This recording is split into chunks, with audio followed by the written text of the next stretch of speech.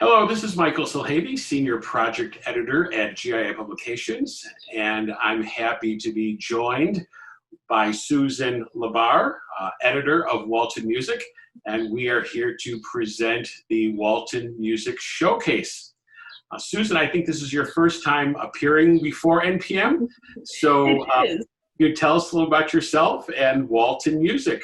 Yes, I have been working with Walton Music for 6 years. Before that, I was actually at Choristers Guild, which has been frequently involved with NPM. And so I think I've been to one NPM conference long ago. And let's see, at Walton Music, I'm the editor. So I work with all the composers and help to curate our catalog. And we publish at Walton Music, if you're not familiar, we publish a lot of music that's really more for concert work and school use.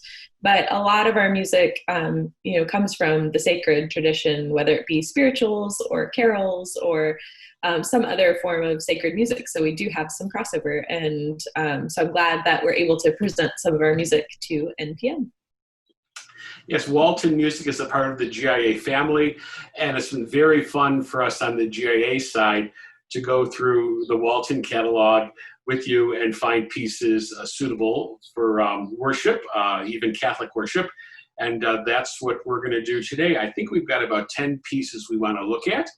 And we'll say a few words about the piece, and then you'll be able to listen to and view the piece when we're done talking about it. First up, we have a setting of Hark, the Herald Angels Sing by Patrick Hawes. What can you tell us about this piece, or the composer?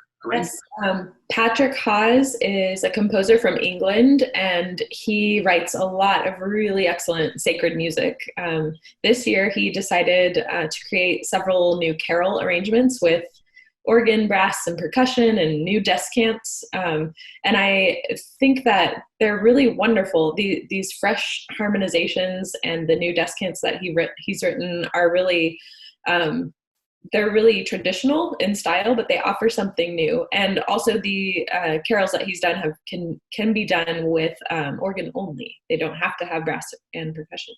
So Great. Why don't we take a listen? Great.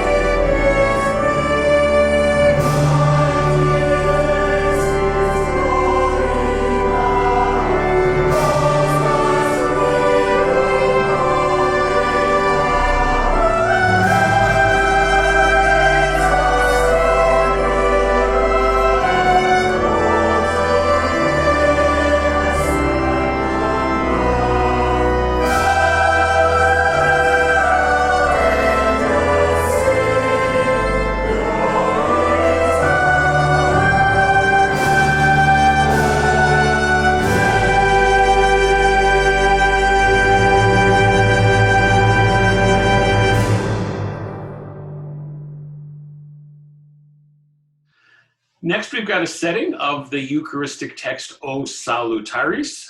Susan, what can you tell us about this piece? Yeah, this composer, Jacob Narverud, he's a really talented composer, has quite a large output. And I think in this piece, the depth of his compositional voice is really showcased. It kind of starts with a chant-like section, and then it moves into this beautifully harmonized work, and it has a lot of rise and fall. And I really like that this Latin text is one we don't see a lot. It's not super common in the choral world. So I think that it's set here with real technical skill, but it's also just very appealing aesthetically. So let's take a listen.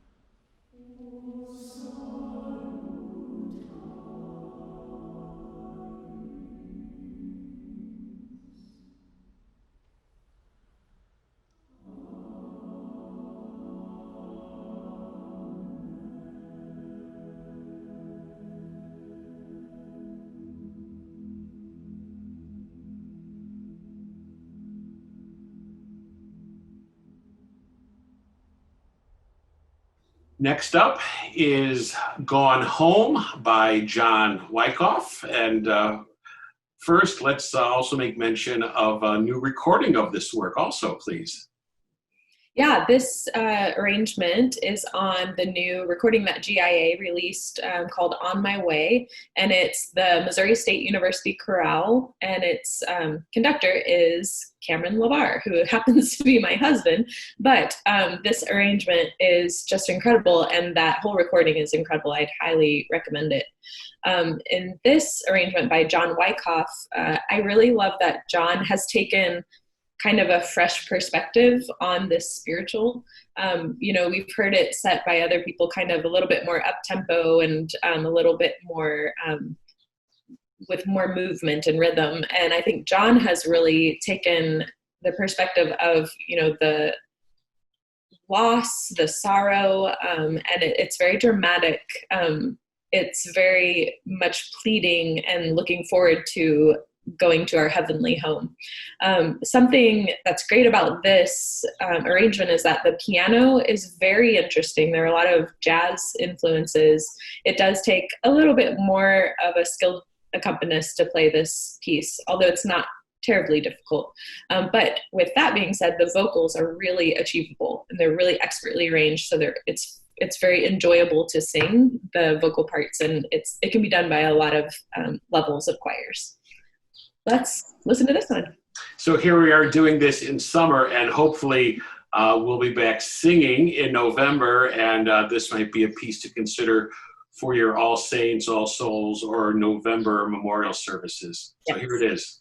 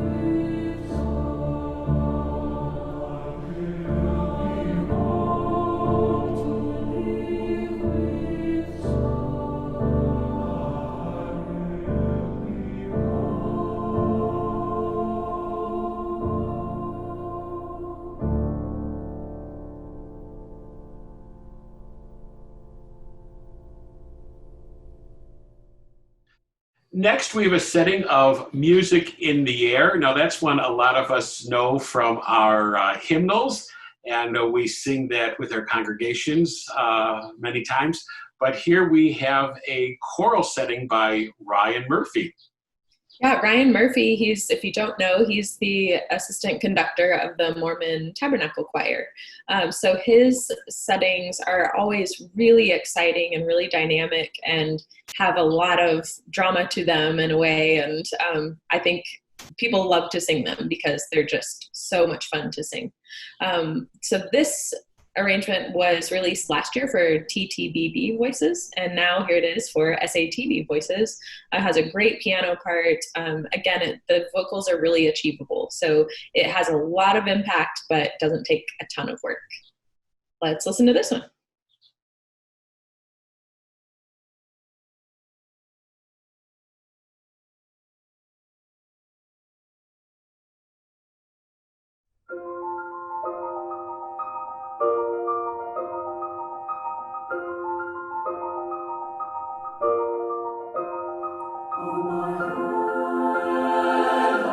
Music in the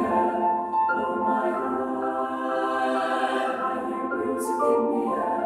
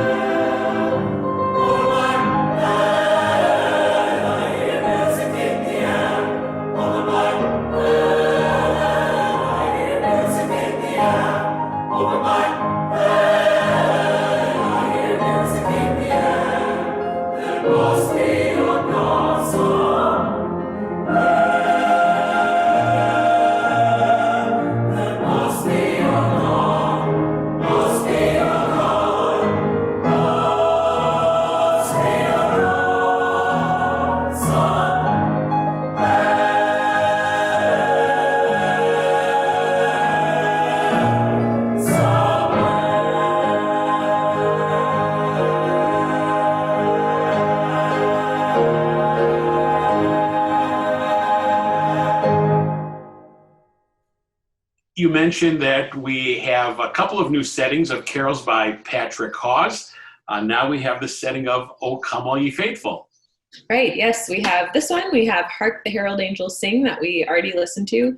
He also arranged Silent Night and Joy to the World. So they're all really triumphant in a way, and at the same time really simple to put together with your choir. So here is O Come All Ye Faithful. And once again, brass is optional? Absolutely, yes, on all of these. And once again, folks, we sometimes need a alternative to the Wilcox setting, so maybe this is the one this year for you. Let's take a listen.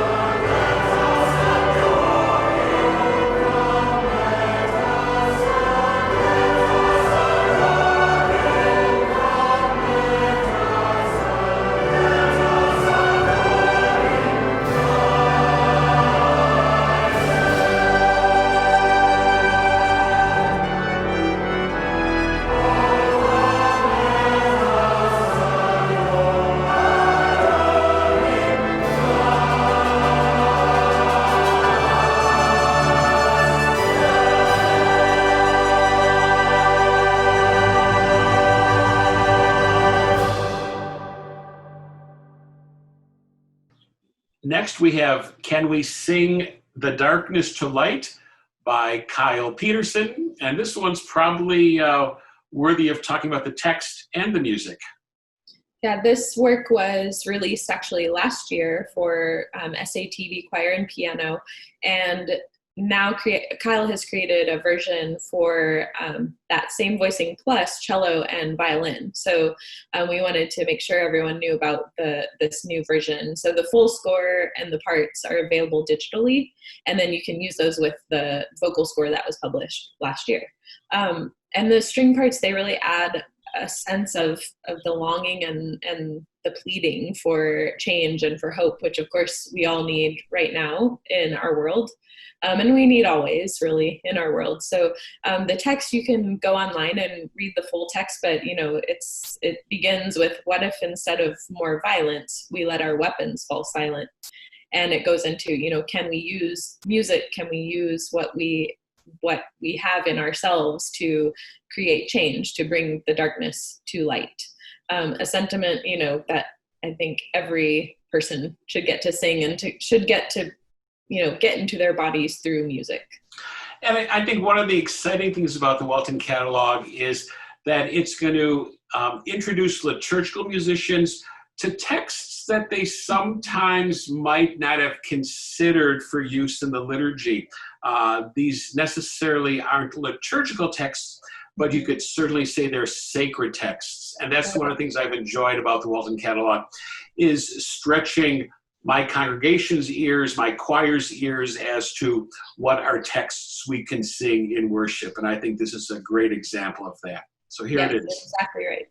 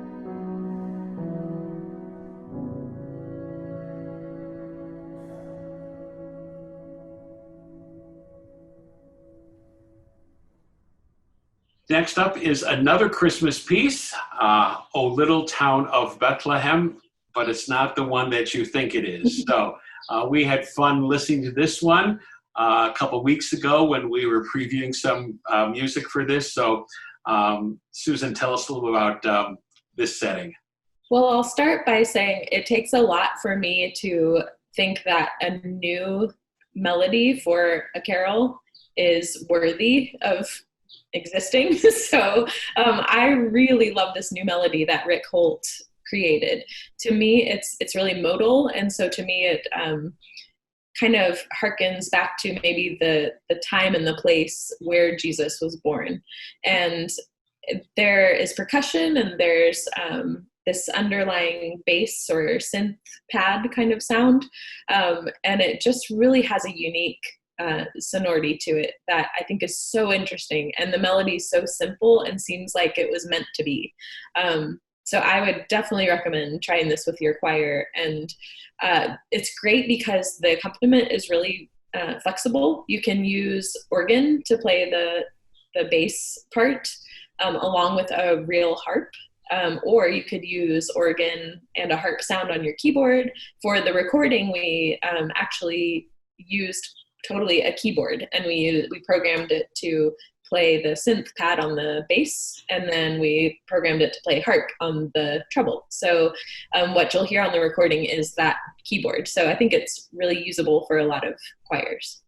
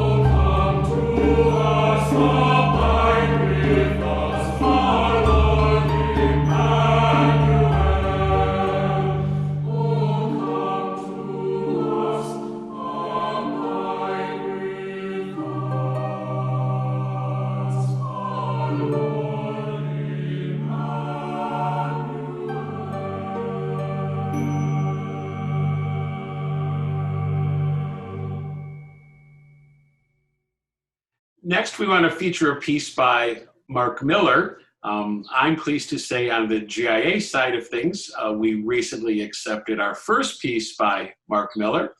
And I just found out that When Angels Sing is the first piece with Mark on the Walton side of things. That's right. I was so fortunate to get to work with Mark when I worked at Choristers Guild, and have seen so much of his music come to life and really just travel the world and touch so many people. So I'm just thrilled that he is a part of the Walton catalog now. This he wrote as a Christmas song, but I think the text is kind of what we were talking about earlier, where it is sacred, but it's not so specific. So it really can be used many times of the year, and really for anyone who needs to hear the idea of, peace and hope, which we all do all the time. And I think that Mark does such a great job in creating really singable melodies, and melodies that are really easy to listen to and catch on to. But he uses, this combination of traditional harmonies and gospel influence, and it just makes such a pleasing sonority. So I just love this work, and I love its simplicity and yet its depth. And I'm just, really happy to present When Angels Sing by Mark Miller.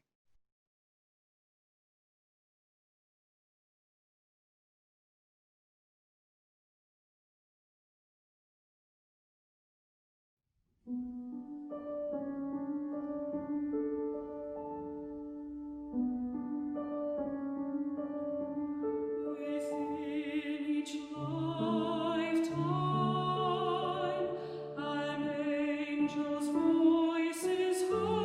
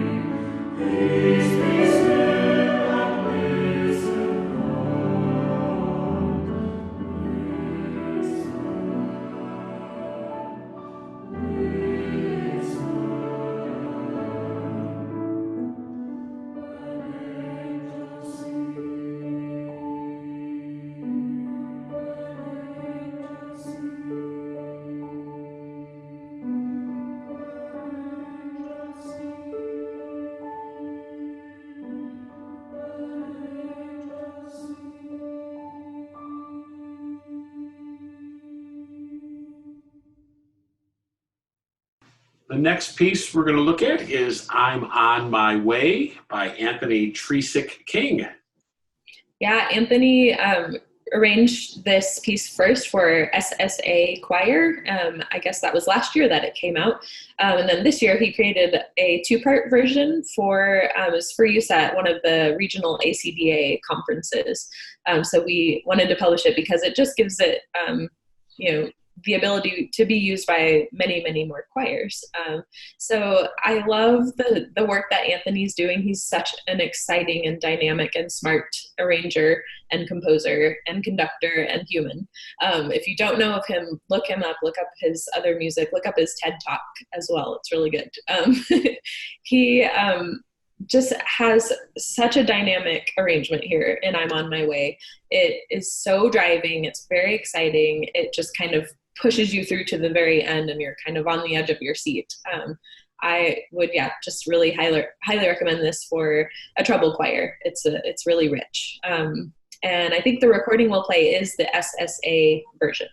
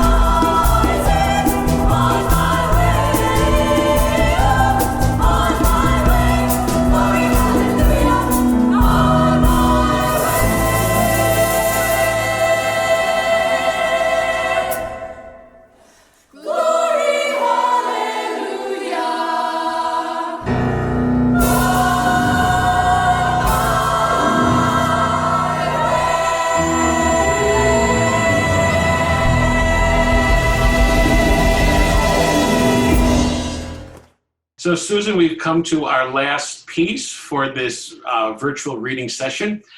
Now in your bio, I think there's one thing you failed to admit or mention, and that is the fact that you are a composer in your own right, in addition to an editor.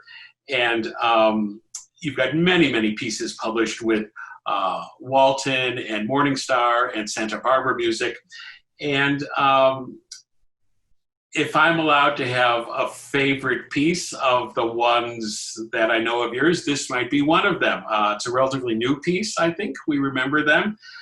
And boy, not only is it a beautiful piece of music, once again, the time seems so right for this piece, as a lot of us in parish work are going to be faced with memorial services. Many of us haven't been able to have full funerals.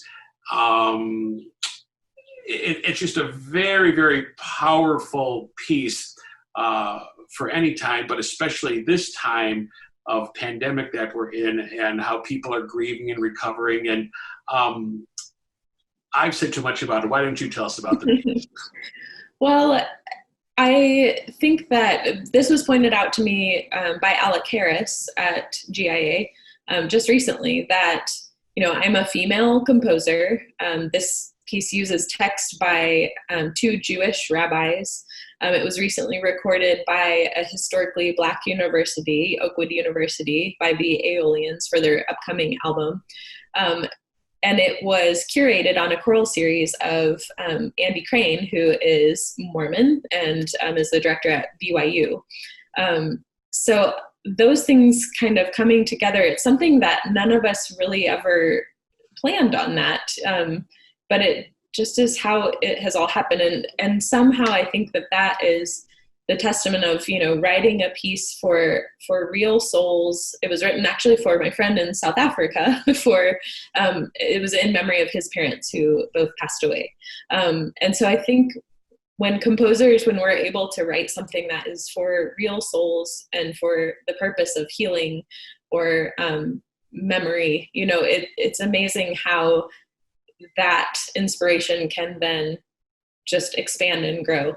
And so I'm really proud of this work for all of those reasons that I just mentioned. And I really hope that it brings healing to people. I mean, there's no greater gift as a composer than to have the words and music that are written really touch somebody's life.